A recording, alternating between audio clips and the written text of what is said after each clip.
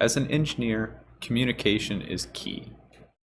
It's not only important that you're able to solve the problem and get the correct answer, but it's also important for anybody looking at your work is able to follow the steps and procedures that you did to ensure the calculations you made are correct. Okay, with that being said, in this class, we're going to follow a specific procedure for solving problems. And it's not going to be overwhelming, but it's a good way to keep things organized as you solve problems. Okay, so let's switch over here. All right, so several steps.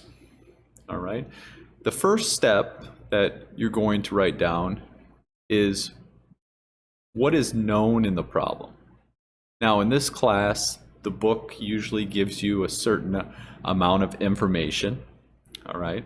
So any info in the problem. In this area, maybe you want to draw the diagram of what's going on. So maybe let's say you have some sort of bracket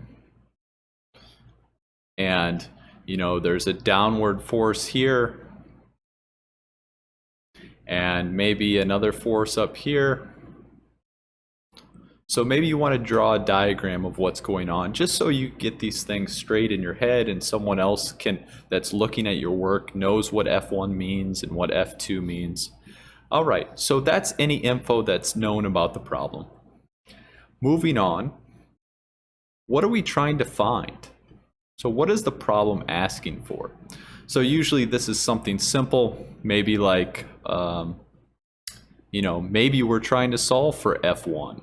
All right, maybe we know F2 and we know the problem's in equilibrium and maybe we're trying to solve for F1. That's just an example. So what are you trying to find here? So what are you trying to find? And then the last step is then your analysis. So your analysis is all your calculations.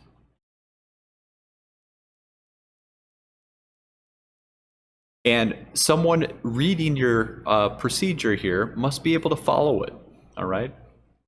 And for example, if I'm looking at your work, I want to be able to see how you did it, and if you got the incorrect answer, where did you go wrong in the procedure?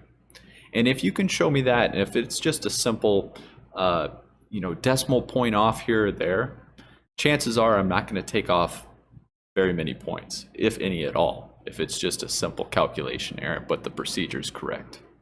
All right, and then lastly, when you get your answer, make sure that you circle it, square it, whatever you need to do to show this is your answer. And lastly, make sure your answer has units on it. Units, units, units. Okay, so those are the steps. So just 3 steps. What you know about the problem, what you're trying to find, and then the analysis. Make sure you circle your answer and include units on your answer as well.